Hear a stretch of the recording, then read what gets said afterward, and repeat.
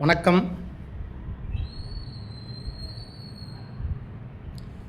வாழ்க தமிழ், வளர்க தமிழ்நாடு. தமிழ் மண்ணே வணக்கம். வரும் தேர்தலுக்காக தயாராக இருக்கும் தமிழ்நாட்டு மக்களே, எத்தனையோ ஆண்டு காலம் நம்மை ஆண்ட ஆட்சியாளர்கள்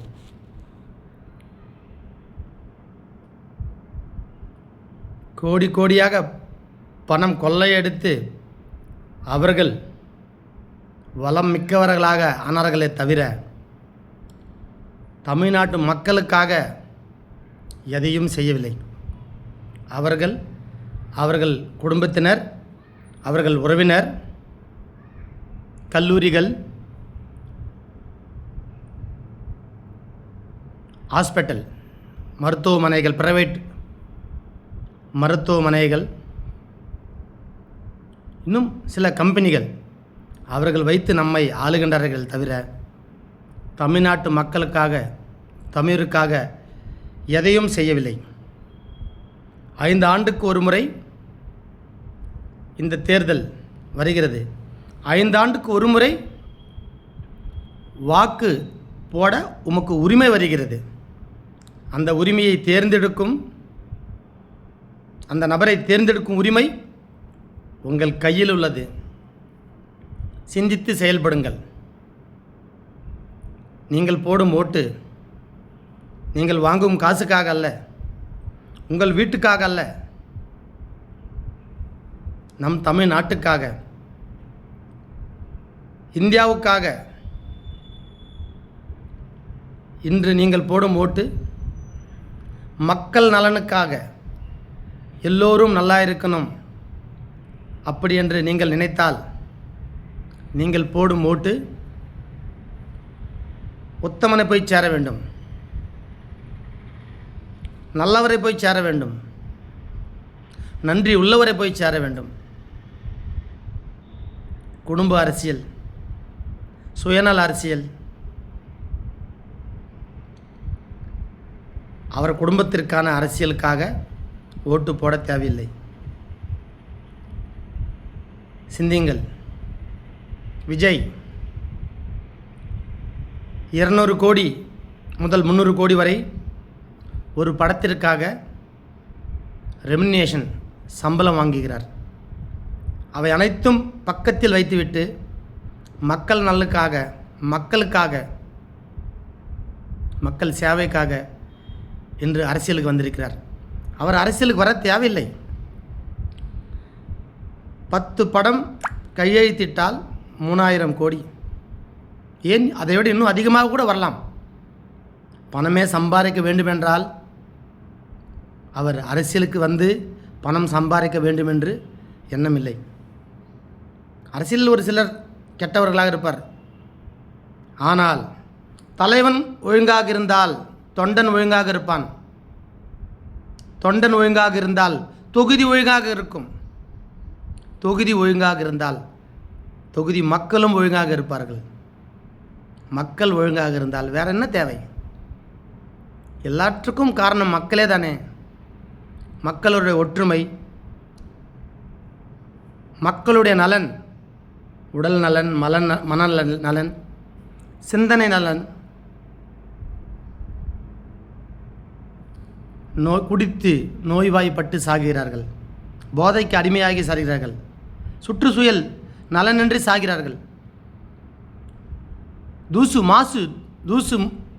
பொல்யூஷன், அதால் மக்கள் லைட் பொல்யூஷன், சவுண்ட் பொல்யூஷன், சுற்றுப்புற சுகாதாரம் இல்லாமல், தண்ணி சுகாதாரம் இல்லாமல், நல்ல நீர் இல்லை, நல்ல நிலை இல்லை, நல்ல நிலமில்லை, நல்ல உணவில்லை.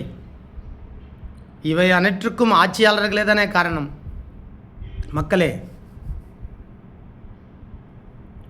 8 கட்சிகளுக்கும் தனது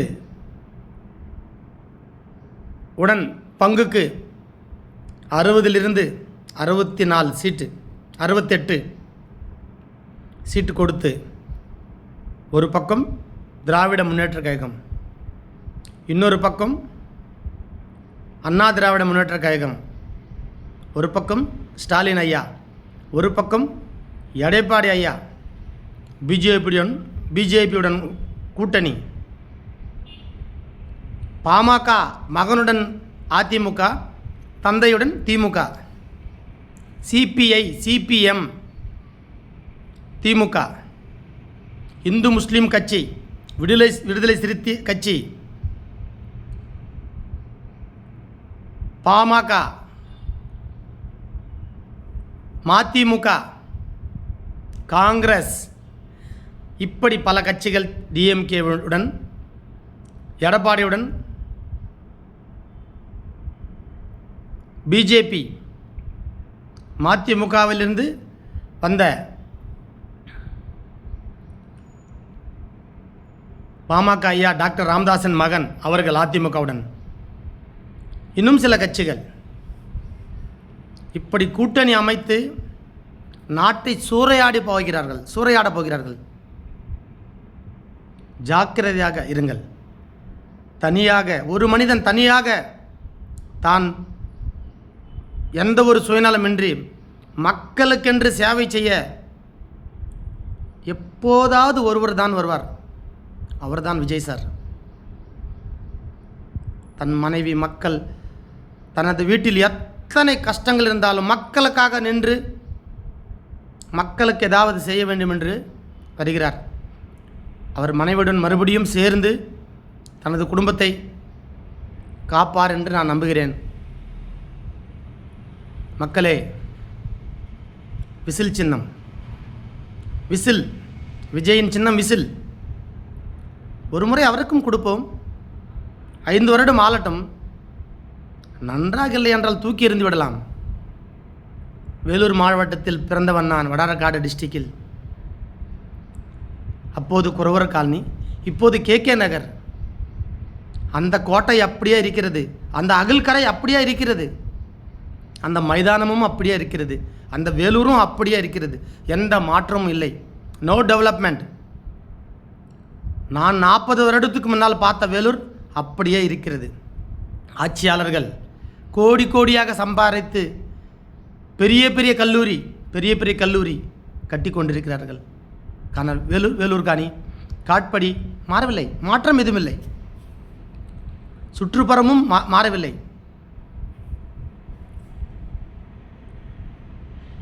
அவர்கள்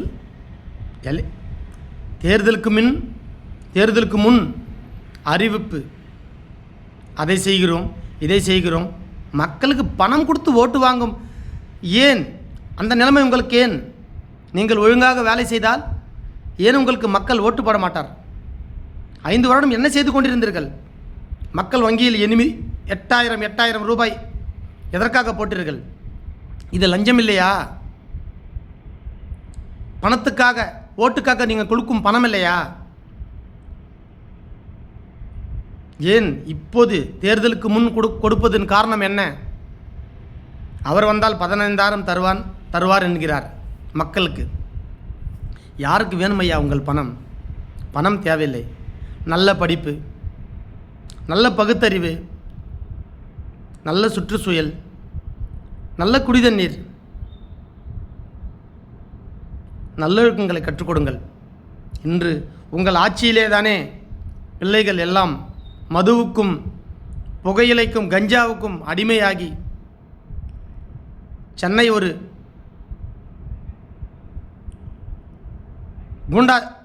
குண்டாக்கள் இருக்கும் இடமாக மாறிவிட்டது. ரவுடிகள் இருக்கும் இடமாக மாறிவிட்டது. எத்தனை பேரை கொன்று விட்டார்கள்?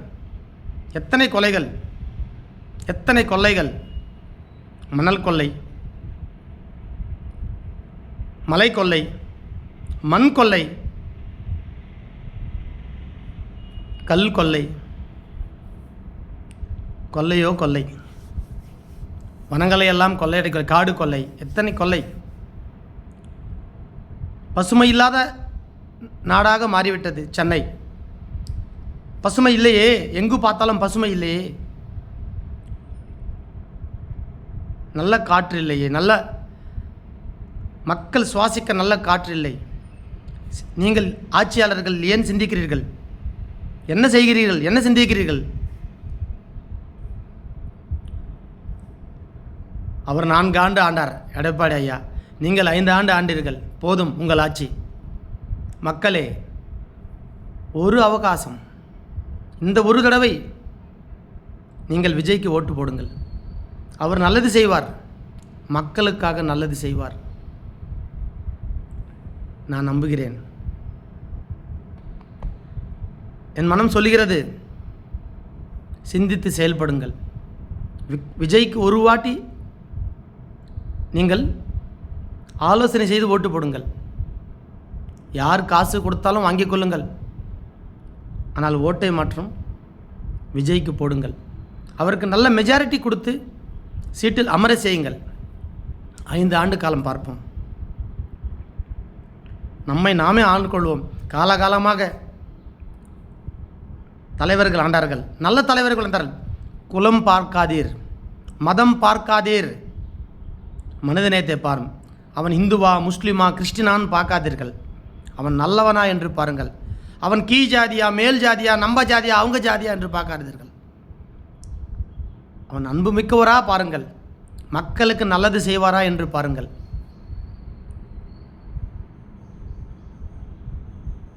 நன்றி. அப்படியே தமிழ்நாட்டில் வாழும் ఆంధ్ర மக்கள், మన తెలుగు జనాల కోసం నా విన్నపం, ప్రజలారా, తమిళనాడుని ఎన్నో ఏళ్ళుగా ఈ పరిపాలకులు పాలిస్తున్నారు, కానీ ఏ మేలు జరగలేదు. ధరలు పెరిగినాయి, దౌర్జన్యాలు పెరిగినాయి, దరిద్రాలు పెరిగినాయి, కానీ ప్రజలకు ఏ మేలు జరగలేదు. 5 ఏళ్ళకి ఒక్కసారి మన ఓటు వేయడానికి పోతున్నాం. ఈ పార్టీ బాగలేదు, ఆ పార్టీకి వేస్తాం, ఆ పార్టీ బాగలేదు, ఈ పార్టీకి వేస్తాం, 3వ పార్టీ లేదు. కానీ ఈరోజు ఒక్కడే ఏకాకిగా ధైర్యంగా వచ్చాడు. అతనే విజయ్ సార్. అతను మంచివారండి, కోట్లు సంపాదించేవాడు. తన జాబ్ని వదులుకొని ఈ రాజకీయానికి రావాల్సిన అవసరం లేదు. ఒక సంతకానికి 200-300 కోట్లు సంపాదిస్తానంటే 10 సంతకాలు పెడితే 2000-3000 కోట్లు వస్తాయి. అతను అది వదిలేసి దీనికి రావాల్సిన అవసరం లే. సంపాదించాలనే భావన అతనికి లేదు. అలా అనుకుని ఉంటే అతను ఉంటారు. అతన్ని ఇబ్బంది పెట్టారు. ఎంతమందిని ఇబ్బంది పెట్టారండి వీళ్ళు? మా అన్న, మా గురు ఎంజీఆర్ని ఇబ్బంది పెట్టారు. మా అన్న రజనీకాంత్ని కూడా ఇబ్బంది పెట్టారు, కానీ అతను చెప్పటం లేదు. మన అజిత్ గారిని కూడా ఇబ్బంది పెట్టారు. ఏమి?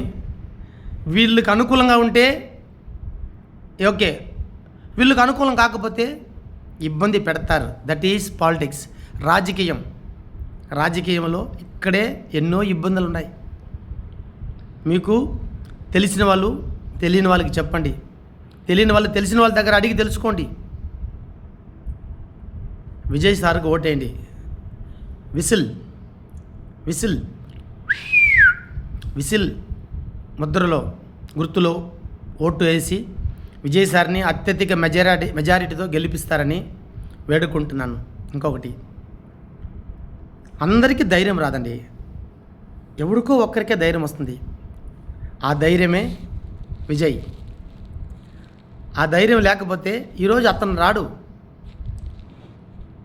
ఎన్ని ఇబ్బంది, ఎంత ఇబ్బంది, ఎన్ని బాధలు, నరకం చూపించినా తట్టుకొని నిలబడినాడండి. The iron man Vijay. அச்சம் என்பது மடமையடா, அஞ்சாமை திராவிடர் உடமையடா,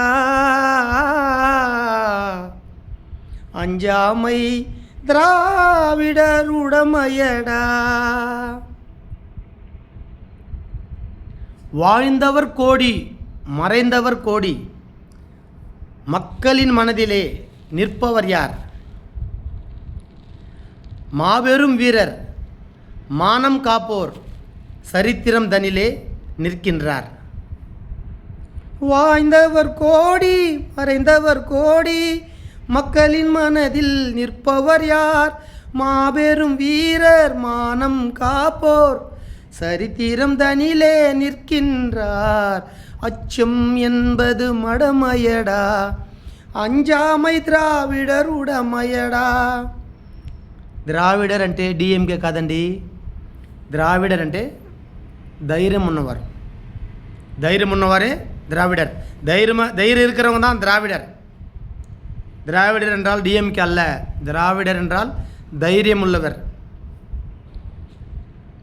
எங்கிருந்து வந்தார்? என்ன செய்தார்? எவ்வளவு சொத்து சேர்த்தார்? எவ்வளவு சொத்து இருக்கிறது? தமிழ்நாட்டின் இவர்களின் சொத்து மதிப்பென்ன? தமிழ்நாட்டில் இருந்த எம்எல்ஏக்கள், டிஎம்கே எம்எல்ஏக்கள், எம்பிக்கள், மந்திரிகள், முக்கியம் முதலமைச்சர் அவர்களின் உறவினர்கள் சொத்து எவ்வளவு? உடன்பிறந்தோர் சொத்து எவ்வளவு? பிள்ளைகளின் சொத்து எவ்வளவு? பேரன்களின் சொத்து எவ்வளவு? இதெல்லாம் மக்கள் சொத்து அல்லவா? மக்களுக்கு செய்தேன் என்றதெல்லாம் பொய். தெரு தெருவாய் கூட்டுவது பொதுநல தொண்டு, ஊரார் தெரிந்து கொள்ள படம் பிடித்தால் சுயநலம் உண்டு. மக்கள் நலம் என்றே சொல்லுவார், தன் மக்கள் நலம் ஒன்றினையே மனதில் கொள்ளுவார். தன் மக்கள் நலம் ஒன்றினையே மனதில் கொள்ளுவார். தம்பி, நாம் படித்தேன் காஞ்சியிலே நேத்து, அதை நான் உனக்கு சொல்லட்டுமா இன்று? என்றும் நல்லவர்க்கு காலம் வரும் நாளை, இது அறிஞர் அண்ணா எழுதி வைத்த ஓலை, இது அறிஞர் அண்ணா எழுதி வைத்த ஓலை. நல்ல தலைவர் காமராஜர், அவரை தோக்கடித்தது இவர்கள் தானே. நல்லவர் அல்லவா அவர்? நாட்டு மக்களுக்காக எவ்வளவு செய்தார்? பணத்திற்காக எவ்வளவு பெரிய தலைவர்கள் எல்லாம் தோக்கடித்து விட்டீர்கள். கக்கன் நாட்டுக்காக எவ்வளவு செய்தார்? நாட்டு மக்களுக்காக எவ்வளவு செய்தார்? ஒரு ரூபாய் கூட லஞ்சம் வாங்கவில்லையே. அவரை தோக்கடித்தது நீரல்லவா? பணத்துக்காக. ஒரு முறை உண்மைக்கு ஓட்டு போடுங்கள், விஜய்க்கு ஓட்டு போடுங்கள், விசிலுக்கு ஓட்டு போடுங்கள். நன்றி, வணக்கம். தவறிருந்தால் மன்னிக்கும். ஜெய்ஹிந்த்.